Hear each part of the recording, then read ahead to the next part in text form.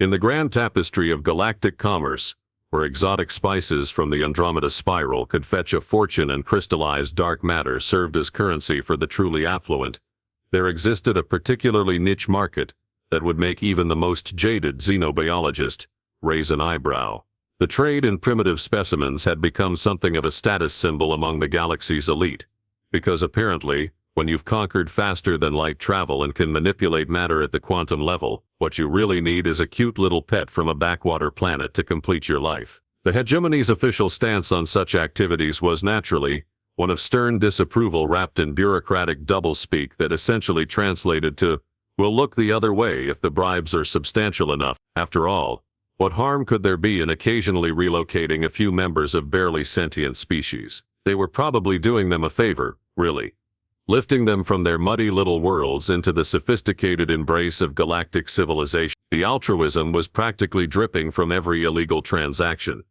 Enter the crew of the Profit Margin, a vessel whose name betrayed the subtle poetic souls of its operators. Captain Gex, a Thraxian, whose exoskeleton had been polished to a mirror shine that reflected his enormous ego, had built his reputation on acquiring the galaxy's most sought-after collectibles. His particular specialty lay in specimens from Sol 3, a primitive world whose inhabitants had only recently figured out nuclear fusion and still used something called money instead of proper energy credit exchanges. How charmingly backward. The demand for Earth stock has tripled this cycle. Gex chittered to his second-in-command, a Vorthan named Hex, whose forearms made him excellent at multitasking, particularly when that task involved restraining struggling specimens. The consortium's upper tier can't get enough of them. Apparently they make delightful conversation pieces. Hex's mandibles clicked in what passed for amusement among his species. They do have that endearing quality of looking vaguely intelligent while being utterly helpless. Perfect for the wealthy who want something that appears sophisticated but won't accidentally outthink them. From their cloaked observation post in Earth's orbit, the Profit Margin had been conducting what they generously termed market research for several rotations. Their sensors, advanced enough to count individual atoms from 3 light-years away, had been tracking the movement patterns of various human specimens with the dedication of scientists and the ethics of used hoverbike salesmen. Target acquired, announced their scanner operator, a Nexian whose crystalline structure allowed for direct interface with ship systems. The being's faceted surface flickered with data streams as it processed the surveillance data. Solitary female, approximately 28 standard cycles, minimal technological augmentation. Physical parameters suggest optimal domestication potential. On the view screen, their target moved through what humans optimistically called a city, though by galactic standards it barely qualified as a moderately successful anthill. She walked with measured steps, wearing the sort of bland covering that Earth dwellers seem to favor, carrying one of their primitive communication devices, and occasionally stopping to examine what appeared to be plant matter arranged in decorative configurations. How wonderfully perfect, Gex purred, his vocal cords producing that particular sound of satisfaction that came from spotting easy prey. Look at her, completely unaware, utterly defenseless. She's practically gift-wrapping herself for acquisition. The human continued her routine, stopping at what their databases identified as a medical facility, though the primitive conditions would barely qualify as a field hospital by civilized standards. She interacted with other humans in the peculiarly limited fashion of her species, producing those crude vocalizations they used instead of proper telepathic communication. Initiating acquisition protocol, Hex announced, manipulating the ship's controls with practiced efficiency. The Profit Margin deployed its standard collection array, a tractor beam so advanced it could pluck a specific molecule from a planetary atmosphere without disturbing the rest of the ecosystem. For something as large and unshielded as a human, it was rather like using a fusion cannon to crack a nut. The process was embarrassingly simple. One moment their target was examining some form of primitive documentation outside the medical facility. The next she was enveloped in a containment field, and transported to their holding bay, with the kind of seamless efficiency that spoke to years of practice. No struggle, no resistance, no dramatic escape attempts, just another successful acquisition to add to their growing inventory. Biosigns stable, reported the scanner operator. Subject appears to have entered protective unconsciousness during transport. Standard reaction for primitive nervous systems encountering advanced technology. Gex examined his newest prize through the containment field, noting the way she lay still and apparently helpless in their holding chamber. Her clothing was unremarkable, her possessions laughably primitive, and her general appearance exactly what their clientele preferred. Non-threatening, aesthetically pleasant, and possessing that particular quality that made wealthy collectors feel both sophisticated and benevolent. Excellent work, he congratulated his crew. Another premium specimen acquired with textbook precision. The buyers will be delighted with this one. She has that perfect combination of apparent intelligence and complete helplessness that they find so appealing. As the profit margin engaged its hyperdrive and departed Earth's solar system, leaving behind nothing but some slightly disturbed air molecules and a mysteriously empty spot where their target had been standing, the crew settled into the comfortable routine of successful predators. They had no way of knowing that their helpless acquisition had been awake for the entire transport process, mentally cataloging every detail of their ship's systems, crew complement, and operational procedures with the kind of methodical precision that came from extensive training in hostile environment survival. After all, when you've spent years keeping soldiers alive in active combat zones, a little thing like alien abduction barely registers on the stress scale. But the crew of the profit margin would discover that particular detail soon enough. Consciousness returned with the methodical precision of someone accustomed to waking up in less than ideal circumstances. The human's first priority wasn't panic or confusion.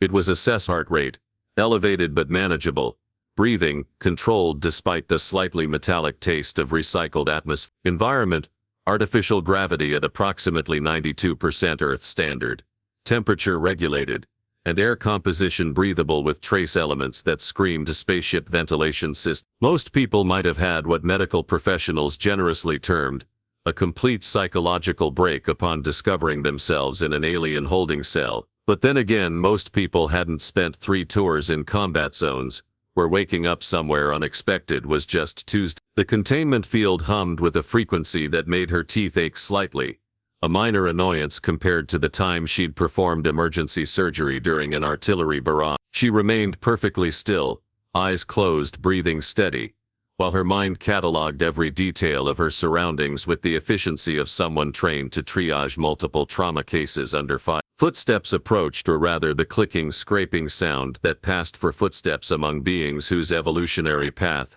had apparently taken a hard left turn at exoskeleton. Multiple sets, judging by the rhythm, at least 3 distinct gates, possibly. The containment field flickered slightly as something interfaced with the control system.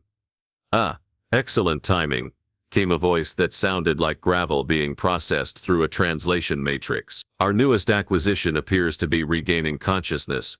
How delightfully prompt." The human allowed her eyes to flutter open with what she hoped was the appropriate amount of confused terror. It wasn't difficult to fake. The sight of Captain Gex looming over the containment field would have been intimidating even without the circumstance. His polished exoskeleton reflected the chamber's lighting in ways that suggested both advanced metallurgy and profound vanity.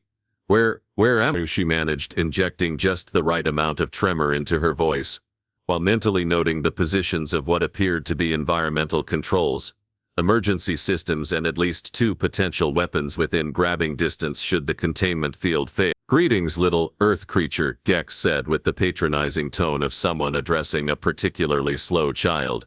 "You are aboard the Profit Margin, vessel of opportunities and profitable venture. I am Captain Gex, and you have the extraordinary honor of being selected for relocation to a more civilized existence." Gex moved into view, his forearms gesturing in what might have been meant as a reassuring manner, but mostly looked like a traffic conductor having a seizure. "Do not be alarmed by your circumstances.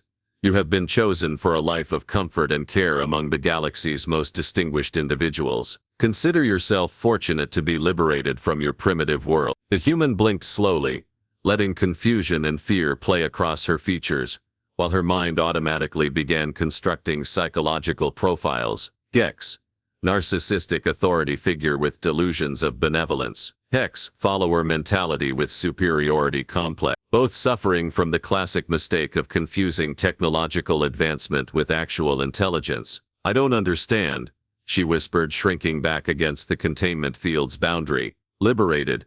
From what? I was just walking to work.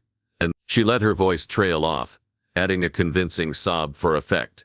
Work, Gex chittered with amusement.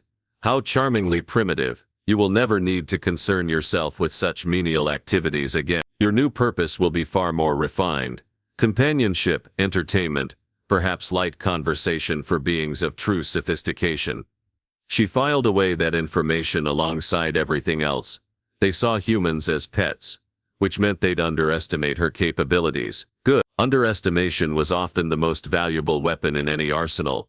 But my family, she said, allowing tears to well up in her eyes while studying the control panel that regulated the containment field. Standard alien tech, overcomplicated, over-engineered, and probably vulnerable to the kind of creative problem-solving that came from years of making do with insufficient supplies in hostile territory. My friends, my life, your previous existence was a mere shadow of what awaits you, Hex assured her with the confidence of someone who had never questioned whether their worldview might be fundamentally flawed. The beings who will provide for your care are among the most cultured in the galaxy. You will want for nothing. The scanner operator, she designated him Crystal Face in her mental notes, flicked into the conversation with data updates. Bio readings indicate elevated stress levels within normal parameters for specimen adjustment period. Emotional responses consistent with expected primitive attachment to natal environment. Translation: they thought her distress was exactly what they'd expect from a captured animal missing its home. Perfect. Let them think she was nothing more than a frightened creature pining for familiar surroundings, while she systematically memorized every detail of their ship's layout, crew complement, and operational procedures. How long until we reach our destination? She asked, injecting hope into her voice, as if she might still believe rescue was possible. Several standard cycles, Gex informed her with smug satisfaction. Ample time for you to adjust to your new circumstance. You will find the transition much easier if you simply accept your improved situation with grace. She nodded meekly, playing the part of the resigned captive while mentally calculating jump routes, crew rotation schedules, and the fascinating vulnerability she'd noticed in their environmental system. The recycling units were working overtime to process the ship's atmosphere, which suggested either poor maintenance or design flaws that could be exploited by someone with the right knowledge of life support systems. Is there anything you require for your comfort? Hex inquired, apparently mistaking her analytical silence for dejected acceptance. We are not unreasonable in our care of valuable specimens. Could I have some water? She asked, hesitantly, as if afraid to make even such a simple request. In reality, she wanted to test their response protocols and see how much access they'd grant to someone they considered harmless. Of course, Gex magnanimously agreed. Hex, see that our guest receives appropriate refreshment.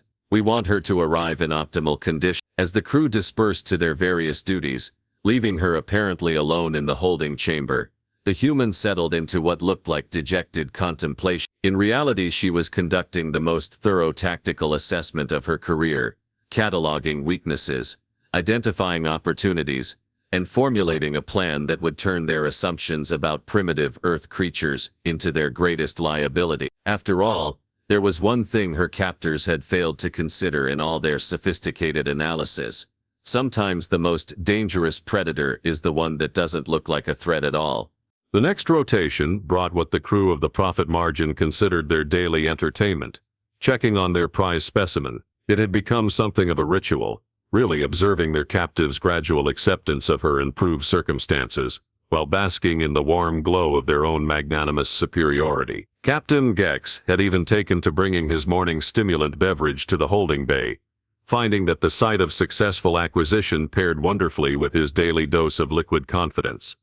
"How is our guest adapting?" he inquired of Hex, who had been monitoring the containment systems with the dedication of someone whose bonus depended on delivering merchandise in pristine condition. "Remarkably well," Hex reported, his mandibles clicking with satisfaction. "She's stopped that primitive emotional leakage from her optical organs, and has been asking what you might call intelligent questions about ship operations. Quite endearing, really, like a pet trying to understand its owner's activity." Through the containment field, their captive sat with her back against the wall, appearing to study the subtle patterns in the deck plating with the intense focus of someone desperately trying to understand her situation. In reality, she had spent the last several hours memorizing the harmonic frequencies of the ship's structural supports and calculating exactly how much pressure would be required to create a catastrophic resonance failure. But the crew saw only a confused primitive trying to make sense of technology beyond her comprehension. "I've been wondering," she said hesitantly, looking up at them with the kind of hopeful expression that suggested she still believed her captors might be reasoned with about the air recycling system. "It sounds strained. Is that normal?" Gex exchanged what passed for an amused glance with Hex. How charmingly observant their little pet was becoming. "Your primitive senses are surprisingly acute," he acknowledged condescendingly. "Yes. Our environmental systems are operating at elevated capacity. Space travel requires constant atmospheric management, far beyond what your species would understand." She nodded earnestly, filing away the confirmation that their life support was indeed running beyond optimal parameters. A ship pushing its environmental systems usually meant either poor maintenance design flaws, or most interestingly, modifications that stressed the original specifications. Any of those scenarios presented opportunities for someone with the right knowledge. "It must be incredibly complex," she said with carefully manufactured awe. "Managing life support for different species, maintaining pressure differentials, ensuring proper filtration." She let her voice trail off as if overwhelmed by the concept, while mentally noting Hex's surprised expression at her relatively sophisticated vocabulary. "Indeed," Crystal Face interjected, his crystalline matrix flickering with what might have been approval. "Few primitives demonstrate such awareness of environmental complexities. Your species may be more educable than our databases suggested." The backhanded compliment hung in the recycled air like a challenge. She ducked her head modestly, playing the role of someone pleased to receive even grudging acknowledgement of intelligence, while calculating the exact thermal coefficients needed to overload a Nexian's crystalline structure. Information was power, and these fools were practically broadcasting their weaknesses. "Could I possibly see the medical bay?" she asked suddenly, then quickly added, "I mean, if it's not too much trouble. It's just, I'm feeling a bit unwell, and I thought maybe—" She touched her forehead with the back of her hand in a gesture of mild distress that was both convincing and completely fabricated. Hex's four arms gestured in what she was beginning to recognize as his species equivalent of a shrug. "Certainly. A brief tour might help you appreciate the superiority of galactic medical technology compared to your primitive healing practices." As they escorted her through the ship's corridors, the containment field modified into a portable restraint that wouldn't have held a determined hamster, let alone someone trained in escape and evasion, she marveled at the casual arrogance that permeated every interaction. They genuinely believed that technological superiority equated to inherent superiority, a mistake that had doomed more advanced civilizations than she could count.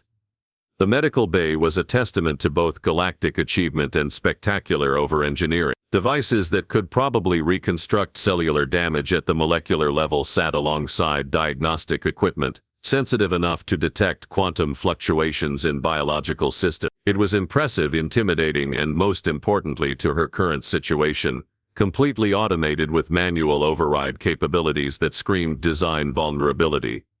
"Remarkable," she breathed, and for once her amazement was entirely genuine. The technology represented centuries of advancement beyond Earth's capabilities. Unfortunately for her captors, it also represented the kind of complex system that could be turned into a weapon by someone with the right knowledge of biological process. "Primitive healing on your world involves crude chemical interventions and mechanical repair," Gex explained with the tone of someone describing Stone Age technology to a particularly bright child. "Here, we manipulate matter at the quantum level to restore optimal biological function." She nodded eagerly, studying the control interfaces with the intensity of someone trying to understand concepts far beyond her comprehension. In reality, she was memorizing every setting, every parameter, every weakness in systems designed by beings who had never considered that their primitive captives might possess knowledge that could turn their own technology against them. "The bioscanner there," she said, pointing to a device that hummed with barely contained energy.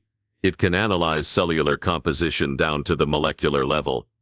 "Indeed," Crystal Face confirmed, his matrix brightening with what passed for pride among his species. It can identify and catalog every biological component of any known life form within seconds. What he didn't mention, because beings of such advanced intelligence surely didn't need to state the obvious, was that the same scanner could be recalibrated to emit focused bioelectric pulses, capable of disrupting nervous system, or that the cellular reconstruction unit could be modified to introduce targeted toxins instead of healing compounds, or that the diagnostic array could be weaponized to overload the sensory organs of any species whose biological parameters it had stored. But then again, why would such possibilities occur to beings who had never needed to improvise medical solutions in active combat zones, where the line between healing and harming was sometimes measured in micrograms of the wrong compound? Amazing, she murmured, touching the scanner's interface with reverent fingers, while her mind automatically calculated dosage rates for compounds that could incapacitate various alien species. Your medical technology must make it possible to treat conditions that would be fatal on my world. Naturally, Hex agreed with the casual arrogance of someone who had never questioned whether primitive species might possess knowledge that advanced civilizations had forgotten. Disease, injury, even aging are merely engineering problems to be solved with sufficient technological application. As they prepared to escort her back to the holding chamber, a proximity alarm began chiming throughout the ship. Nothing serious, just another vessel dropping out of hyperspace nearby. Probably traders or scavengers looking for salvage opportunity. But the crew's immediate response to rush to their stations left her alone in the medical bay for exactly 17 seconds. 17 seconds was more than enough time for someone trained in rapid medical assessment to access the bioscanner's memory bank, download the complete biological profiles of every species aboard the ship, and identify the precise neurochemical vulnerabilities that could incapacitate each of them without permanent harm. 17 seconds was also sufficient to program a delayed activation sequence into the cellular reconstruction unit that would transform it from a healing device into a very sophisticated area denial weapon. When the crew returned, apologizing for the brief interruption, they found their captive exactly where they had left her, staring at the medical equipment with wide-eyed wonder, apparently overwhelmed by the technological marvels surrounding her. "Fascinating," she said softly, and the sincerity in her voice made them beam with the satisfaction of teachers who had successfully impressed a promising student. "I had no idea such things were possible." As they escorted her back to the holding chamber, none of them noticed that their helpless primitive walked with slightly more confidence now, or that her eyes held a calculating gleam that hadn't been there before. They were too busy congratulating themselves on their enlightened treatment of a lesser species to realize that they had just provided a combat medic with detailed intelligence on their biological vulnerabilities and unrestricted access to equipment that could exploit every single weakness. After all, when you've spent years learning to heal, you've also learned exactly how easy it is to do the opposite. The beginning of the end started, as most catastrophic miscalculations do, with supreme confidence in one's own superiority. Captain Gex had spent the better part of the ship's night cycle composing what he considered a masterpiece of diplomatic correspondence, a sales pitch to potential buyers that emphasized not just the rarity of his latest acquisition, but her apparent intelligence and adaptability. Premium specimens, he had written with considerable pride, deserved premium prices. "She's exceeded all expectations," he chittered to Hex as they approached the holding bay for their morning inspection. "Our buyers will be bidding against each other for the privilege of ownership. A primitive who can appreciate superior technology while remaining properly submissive. That's the holy grail of specimen acquisition." What they found in the holding chamber was indeed their captive, sitting calmly with her back against the containment field. But something had shifted in the 12 hours since their last visit. Perhaps it was the way she looked up at their approach, not with the fearful hope of the previous days, but with something that might have been amusing. Or perhaps it was the slight smile playing at the corners of her mouth, the kind of expression that suggested someone was enjoying a private joke. "Good morning," she said pleasantly, and there was something in her tone that made Hex's mandibles twitch with unease. "I trust you all slept well. You're going to need your rest for what's coming." Gex's exoskeleton clicked in what passed for laughter among his species. "How delightfully spirited she's become. You see, Hex, I told you that exposure to superior culture would bring out her better quality. She's developing something approaching personality. Actually," she said, rising to her feet with fluid grace that spoke of excellent physical conditioning, "I've had a personality the whole time. You just haven't been paying attention to the right detail. Crystal Face's matrix flickered with confusion as his sensors detected something that didn't match their previous readings. Biosignatures indicate elevated confidence levels, heart rate steady, stress hormones minimal, curious deviation from expected behavioral pattern. She stretched casually, working out muscles that had been cramped from sitting in one position for too long. You know what your problem is. You've made the classic mistake of confusing technological advancement with actual intelligence. It's a surprisingly common error among species who've had everything handed to them for so long they've forgotten how to think critically. The temperature in the holding bay seemed to drop several degrees as her words sank in. Hex's forearms moved restlessly, a nervous gesture that she filed away as another useful piece of information. Perhaps the primitive requires adjustment of her attitude programming, he suggested uncertainly. Oh, there's definitely going to be some attitude adjustment, she agreed cheerfully, but probably not the kind you're expecting. Dex stepped closer to the containment field, his polished exoskeleton reflecting the chamber's lighting in patterns that would have been intimidating if she hadn't spent the last 3 days cataloging every weakness in his species' biological structure. You seem to have developed some misconceptions about your situation, little Earth creature. Allow me to clarify, you are cargo.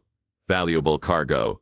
Certainly, but cargo nonetheless. See, that's where you're wrong, she replied, and her voice carried the kind of calm authority that came from years of taking command in crisis situations. I'm not cargo. I'm not a specimen. I'm not your pet, your prisoner, or your property. What I am is a combat medic with 15 years of experience keeping people alive in situations where everything was trying to kill them. The silence that followed was the kind of profound quiet that occurs when fundamental assumptions about reality suddenly require urgent revision. Crystal Face's matrix flickered frantically as he processed this information against their previous assessments, while Hex's mandibles clicked in what might have been nervous laughter.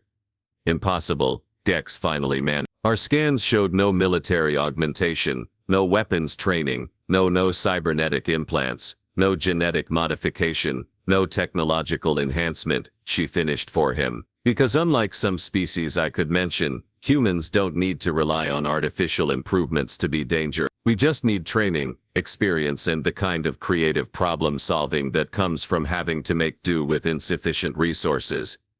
She gestured toward the medical bay they had so proudly shown her. Your bioscanner, excellent for diagnosis, but it can also be recalibrated to emit targeted neurological disruption fields. Your cellular reconstruction unit, perfect for healing, but equally effective at introducing selective toxins into biological systems. Your atmospheric recycling network, a beautiful piece of engineering that can be turned into a ship-wide delivery system for any compound I choose to synthesize. The blood or whatever passed for blood in their respective species drained from their faces as the implications began to sink in. You're bluffing, Hex said, but his voice carried no conviction. A primitive couldn't possibly override Command 17 Alpha, she said clearly, and the medical bay's systems responded with a soft chime of acknowledgement. Throughout the ship, carefully programmed modifications activated with the precision of a surgeon's scalpel. The atmospheric recycling system began distributing a cocktail of compounds designed to induce rapid unconsciousness in Thraxian,